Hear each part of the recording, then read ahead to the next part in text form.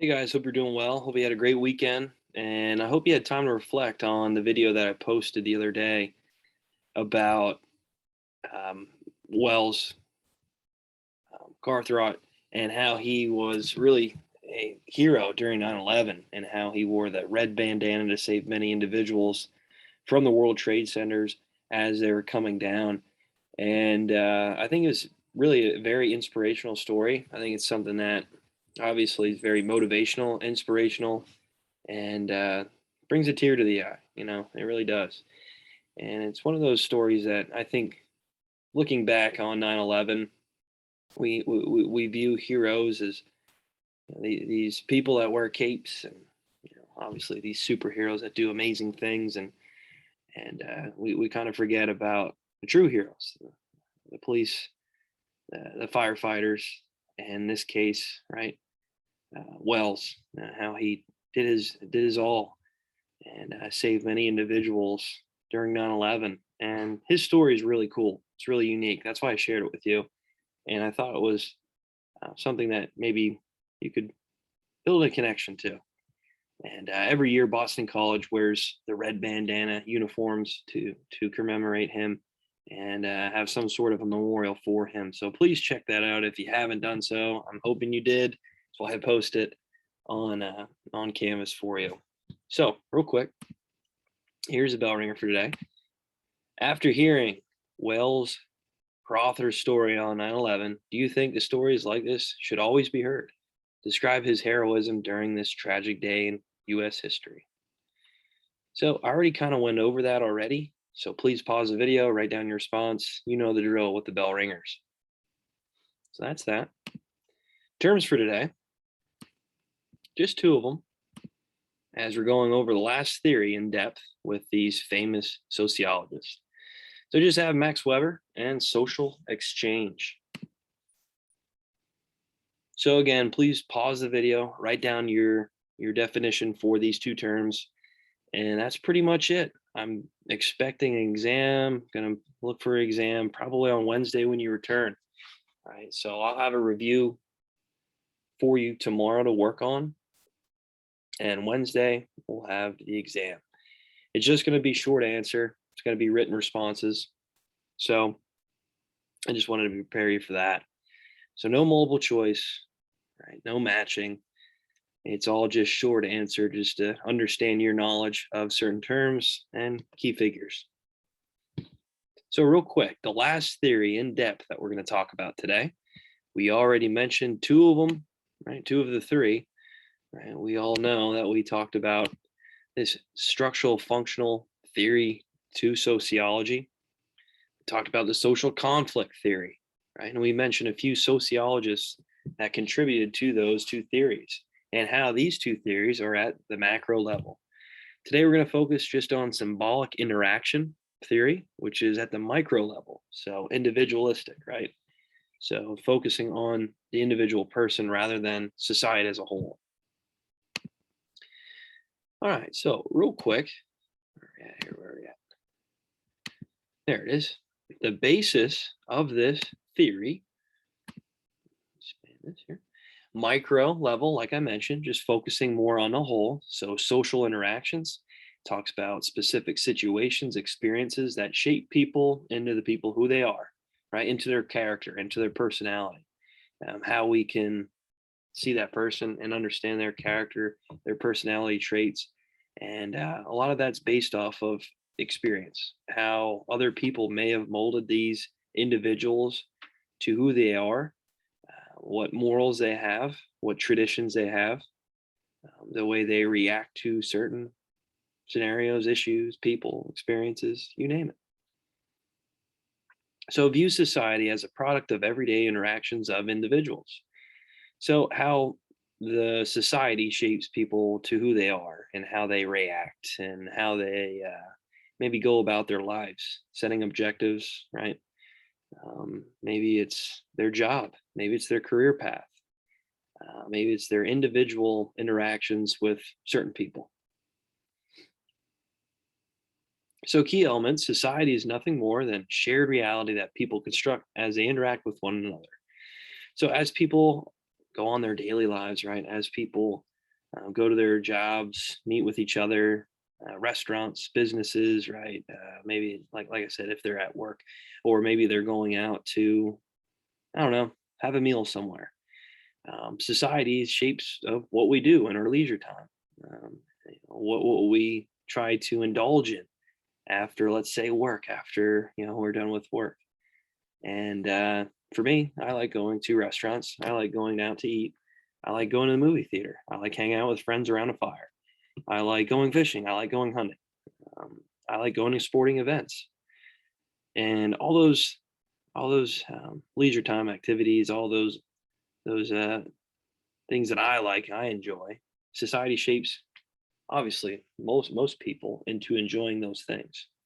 Obviously, not many people might not like hunting or going fishing, or maybe experiencing the outdoors. Maybe more people are influenced in video games. I like video games too. But again, our society, our culture shapes what we enjoy, right? What we do on a daily basis. And I think we can all kind of relate, especially with social media, with commercials, how that pushes us to really indulge in the things that we do. Society is complex, ever changing, mosaic of subjective meanings. So society is constantly changing, either for the better for some people, or maybe for the worse. And many people compare this to generations, right? How I know my dad, my grandfather, he always used to say, "Oh, what are you doing there?" It's like, "Well, I'm playing video games. I'm sitting on my phone. I'm a little bored right now. I'm just gonna obviously watch cartoons or check out my phone." And this is always like confusing for him, my grandfather anyway. It's like, "Oh, you should be going out. You should be working on something. You should try to improve this, improve that. You know, uh, you know, try to find meaning in your day." I'm like, "Well, this has meaning to me, right? This is something that I enjoy doing, is watching these videos, these highlights from last night's football games." And obviously, society is ever changing, and understanding what we experience and what we like to maybe dive into. So, if that makes sense. All right, real quick. Who's who in symbolic interaction paradigm, the theory? Max Weber, understanding and setting for the people in it. So Max Weber, he talked a lot about, I know I mentioned this before, with Protestantism and capitalism, how this shapes religion into our daily lives and our experience, and our jobs, and how that reflects on really who we are as a person. Okay, and he really tried to depict that, how society shapes who we are, and how we interact with people depending on what society places for us. Okay, in the times of the 1800s, when he was around, moving up into the 1900s, it was really all about work. Okay, gaining that access and opportunities to the workplace, and that was viewed as essential. What all people should do is work in these long hours, right? Do their best to try to make a strong living, and expand themselves, make them more profitable, to advance their career in the right direction. So Weber, he's trying to understand society, really based off of the person, right? Looking at the people and realizing, okay, how did society shape this person into who they are, right? How did people really gain these personalities, these characteristics, this shared culture based on what society is presenting to them? Okay, he's trying to understand individuals, from an effect of society.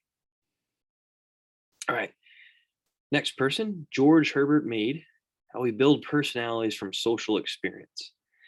So Mead really tried to expand this idea of how, when we interact with groups, social groups, with people, let's say in school or in business field, or like let's say we get a job, how we interact with people, that's shaping really who we are. That's shaping society, our culture of you know who we are, and our shared relationships, our shared experiences, and how we understand what our society is based off of these social experiences. So it's really just understanding how people maybe change depending on who they're around. Okay, I always get that, especially from my parents. It's like, oh, you've been hanging around, your brother too much. You're really picking up his habits, and you're picking up how he talks, right, and how he maybe his personality, right. I think we all can relate to that, and how social experience, depending on who we are, or who we are with, our peers, our friends, that may shape us. Some cases for the better, some cases for the worst. But we start picking up personality traits depending on who we hang out with, who we're around. All right, so Irving Goffman, he talks about really acting, right? So he talked about how people act to try to portray a character, a person, people's own personalities to something that maybe they're not, in order to gain likeness, in order to gain really respect, I guess you could say, maybe to advance in their career to someone who maybe they're really not, right? And I think we can all relate to that as well, right? Not totally, I guess, but for the most part, we can all relate that maybe we do act differently around certain people to try to get a certain outcome, right? To try to maybe achieve something. I know I act totally different with my friends compared to what I do in the classroom. I think we all can agree to that. I know many of you act differently around your teachers compared to, let's say, your family members or your friends. Okay. Relationships, right? We might act differently, let's say, around a loved one than compared to a complete stranger. And in that case, yeah, we can all maybe show an appreciation for Goffman's idea of maybe we do a little acting in our lives to try to achieve something, to try to fit a mold, maybe, or to try to um, fit in. All right, last sociologist, a couple of them here, George Hoffman and Peter Blau, and they talked about this social exchange analysis. And this exchange idea is really just understanding um, our relationships, right? How the relationships that we are in shape us to who we are, and really what they can do to benefit us, right? And I know we all choose, girlfriend, boyfriend, whatever have you, to seek a benefit for our betterment as our own character, as our own person. And let's just say for a friendship, right? We might have a friend that's really good with, I don't know, let's say they're really good with technology. So we're great friends with them when we need something, when we need help with establishing, let's say, a software, or let's say establishing and really working on a program that we need to get by in our schoolwork. But once we are satisfied with that stimulus, right, with that experience, and we know how to work the technology, then we may drift away from that friend, right? We may not be as close with that person once we have already gained what we needed from them. And I think we can all relate to that, right? Definitely. Um, and the social exchange idea is we try to indulge in these relationships for the betterment of us at the time being. And once that's satisfied, or let's just say once that is beneficial to us, and once, let's say, we learn, we move past it, we don't need that, let's say, service, then we start drifting away. We give up on certain relationships. All right, so that is a symbolic interaction theory to sociology, and there's some key contributions from these famous sociologists. Hope that was well. Like I mentioned, review tomorrow, test on Wednesday. Excited for it. Take care, guys. Have a good one. We will hopefully see you Wednesday. That'll be great. If I can ever stop this. There we go.